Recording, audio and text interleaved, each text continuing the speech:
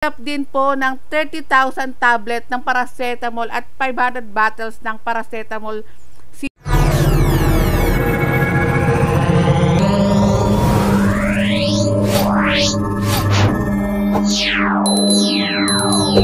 Hello mga kabungisnis, welcome back again sa ating reaction video. Grabe, kapag alam nilang magaling ang pinuno, mahusay ang pinuno, talaga nga naman pinagkakatiwalaan. Ito nga po, tumanggap ang ating butihing Yorme na si Mayor Isko Moreno ng gamot sa leptospirosis.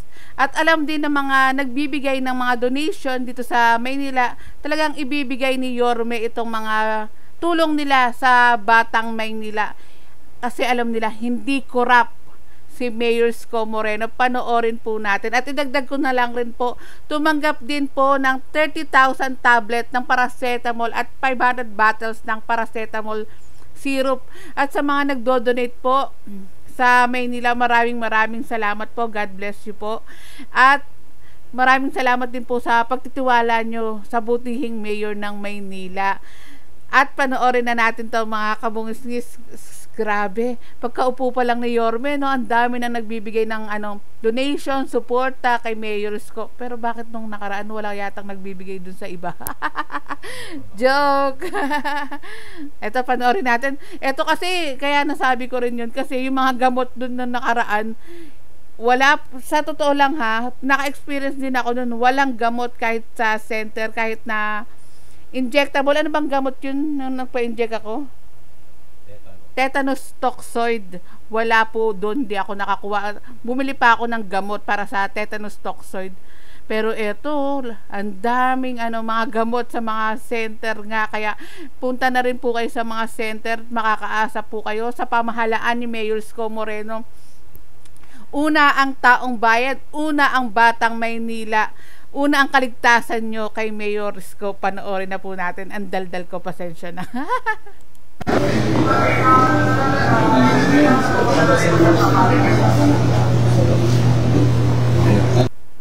Dagdag ko lang mga kabungisnis, pasensya na ang daldal ko ha.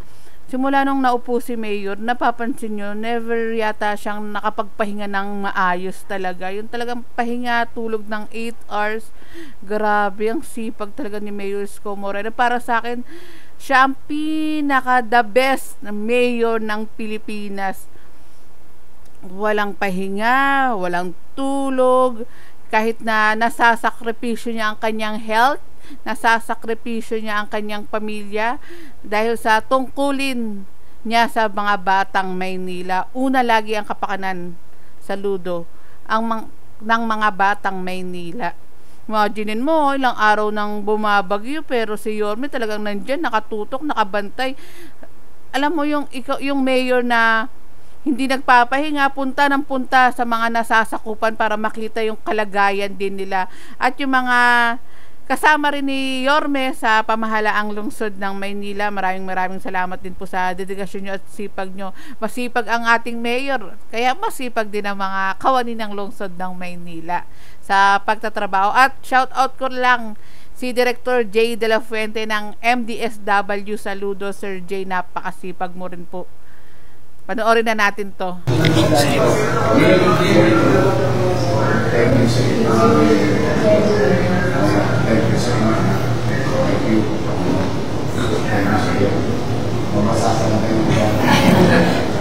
Sabi ni Yorme, mabasa ng ulan para dumami pa yung mga taong tumutulong.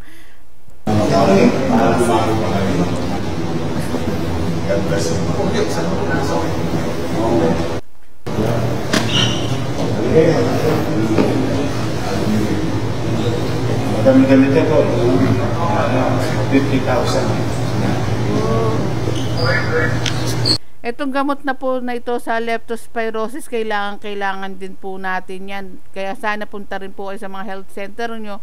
Kailangan nyo rin pong uminom yan, gamot na yan. Libre, mahal yan ha. Bumili ako ng gamot kagabi dahil nagkaroon ako ng sugat. Lumusong ako sa baha. 70 pesos ang isa. Hindi ko lang maalala kung anong gamot yung binili ko eh. Sandali lang, tignan lang natin muna. Tinanong ko kasi kung okay lang inumin yung gamot na yun. Kasi 500 milligrams ang ininom ko. Ang ininom ko is azithromycin 500 milligrams. Grabe, nagkaroon ako ng open na sugat. Kaya sana po kayo sa mga lulusong sa baha, huwag nyo pong yung kaligtasan. Hindi ko masabi yung word eh. Sana unahin nyo rin po lagi yung kaligtasan nyo. Kahit nasabihin yung wala naman kayong sugat, uminom pa rin po kayo ng gamot kontra leptospirosis. Ang hirap kaya magkasakit. Na-experience ko na yan. Nagkasakit ka, hihinto talaga yung buhay mo. Hihinto ang araw-araw mong ginawa. Kahit na gusto mong gumalaw, hindi ka makakagalaw dahil sa may sakit ka. Hindi mo magalaw yung paa mo, hindi mo magalaw yung kamay mo. Kahit na anong parte ng katawan mo, hindi mo magalaw. Kaya ngayong tag-ulan, mas better magstay lang kayo sa bahay kung wala po kayong importante din pupuntahan.